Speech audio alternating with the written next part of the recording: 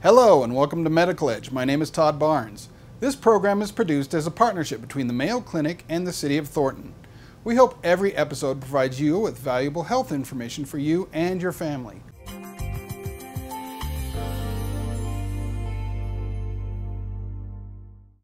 First one was in 1981 on my back. Since that diagnosis of malignant melanoma 30 years ago, Patricia Simmons has battled several other instances of the disease. I've had my ankle operated on twice. Recently, Patricia learned that the disease had spread throughout her right leg, but because it was contained in her leg and hadn't spread elsewhere, Patricia was a candidate for a new procedure at Mayo Clinic called hypothermic isolated limb perfusion. Hyperthermic isolated limb perfusion is a way of treating primarily melanoma, but some other types of cancer, that's isolated to a single limb. Dr. Richard Gray says the technique allows them to deliver very high doses of chemotherapy that, if given through an IV into your bloodstream, could damage organs such as your heart. The doses are so high at those levels that it would cause problems with other organ systems, her bone marrow, her kidneys, if it was delivered to her entire body. Here's how it works. First, Dr. Gray and his team isolate the main artery and vein that supply blood to the leg. Then they tourniquet the leg and hook the artery and vein up to a bypass machine, similar to the ones used in open-heart surgery. Once the machine is moving the blood through the leg, they administer the high doses of chemotherapy. The doses they can deliver to the arm or leg are 6 to 10 times higher than what would be safe or appropriate to give to the person's whole body. For Patricia, the treatment worked. It effectively killed the cancer. I hope this is the end of melanomas for my leg. And now, knowing that the cancer's gone, Patricia can concentrate on living a full life and enjoy every minute with her family. For Medical Edge, I'm Vivian Williams.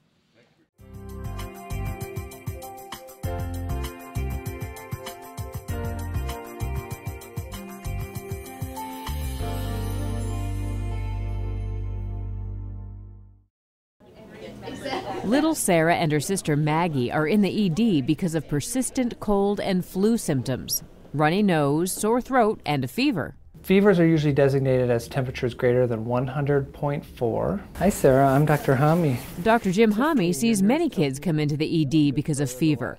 But he says these days, with most kids having been vaccinated against many common and dangerous illnesses, the height of the fever doesn't always correspond to the severity of illness. For the majority of children, parents should never use the fever as the sole indication to bring them into the doctor. For example, he says he's more concerned about a listless child with a low temp than a more normal-acting one with a higher temp. So it's really important for a parent to look at their child and assess how they're acting and interacting with them compared to what they normally are like, and make decisions based on that and not so much based on the fever. Look for other symptoms such as difficulty breathing, very poor fluid intake, severe pain, vomiting, or if your child is listless or not responsive. And it's important to be extra vigilant with newborns. Any temperature over 100.4 in the infant less than 2 months, sometimes 3 months if they haven't had their vaccines yet, is going to be a trigger for you to bring them in. Dr. Hami says you should also bring in your child if symptoms suddenly get worse or if a fever goes away and then comes back, as that could be a sign of a secondary infection such as pneumonia, which may require treatment with antibiotics. Most kids do get better on their own, so the key is to help relieve symptoms. So you can treat your child with appropriate doses of either ibuprofen or acetaminophen. If your child is not up to date on vaccinations or has health problems such as being immune compromised, do see a doctor if fever is present. For Mayo Clinic News Network, I'm Vivian Williams.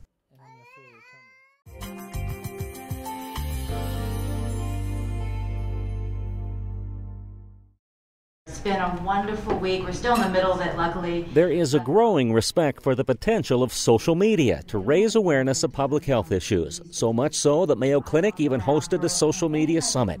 So multimedia groups and online content providers could share strategies on how to be more effective. But I'm pretty new to it, so this has been really educational. Pamela Tom was a special guest. Her own very successful multimedia campaign was inspired 2 years ago by the struggle her husband Jeff Jeff went through trying to find out what was making him sick. That I had kind of a lump in my throat and it was hard to swallow.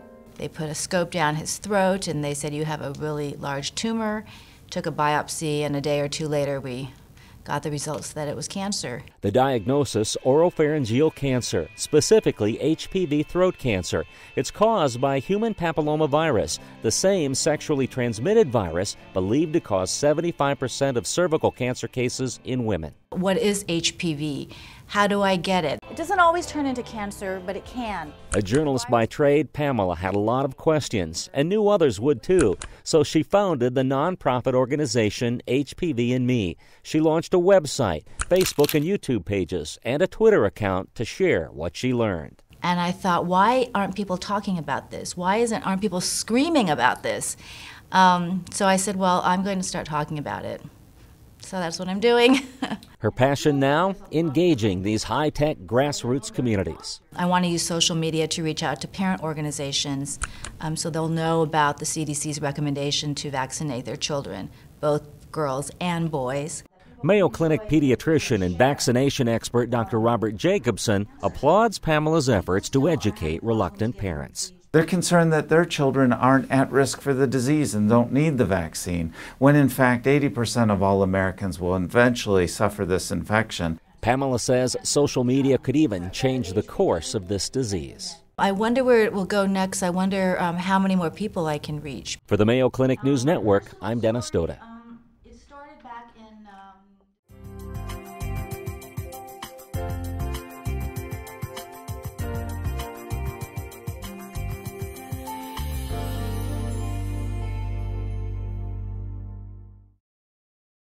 I do have a headache every single day. I wake up with one and I go to sleep with one. For 10 years, Allison Fleming has endured chronic headaches. The daily headaches and migraines plus pain from other medical conditions slowly eroded Allison's quality of life. It affected everything. She felt caught, trapped by unyielding pain. I didn't know how I could possibly manage this amount of pain. Unwilling to let the pain dictate how she lived, Allison went to Mayo Clinic, where she enrolled in the Pain Rehabilitation Center, a 3-week outpatient intensive program designed to help people suffering from non-cancerous chronic pain regain control of their lives. You can improve your level of physical and emotional functioning. And then when you improve management of chronic pain, oftentimes pain severity or pain intensity will improve. However, that's not the primary goal. Dr. Michael Hooten says there's sometimes no cure for chronic pain, so the goal of the program is to give people the tools they need to manage it. To regain controls back over their life that the chronic pain has taken away. Dr. Cynthia Townsend and Dr. Hooten team up with physical therapists, occupational therapists, nurses, and other specialists to help with all aspects of chronic pain. Things like group sessions, exercise, biofeedback, and support from others going through the same thing boost confidence. Patients learn that they can taper off medications. They can craft a plan to turn painful days into fulfilling days. They can stop pain from running their lives. I've had people that come into this program, they're in a wheelchair or a walker, they're very difficult for them to move around, and as they graduate from the program, they've got their mobility back, they're active, they're engaged in life, they're enjoying life, they're laughing again. Allison still has a headache every day, but the pain is no longer all-consuming because she's learned how to manage it. I felt like I lost a little bit of myself over the past 10 years, and now to be back to where I was is very fulfilling. For Mayo Clinic News Network, I'm Vivian Williams. That's all for this episode of Medical Edge. If you're interested in learning more about any of the stories featured on this program, you can find additional resources by visiting our website and following the link to the Mayo Clinic. Thanks for watching, and be sure to watch the next episode of Medical Edge from the City of Thornton.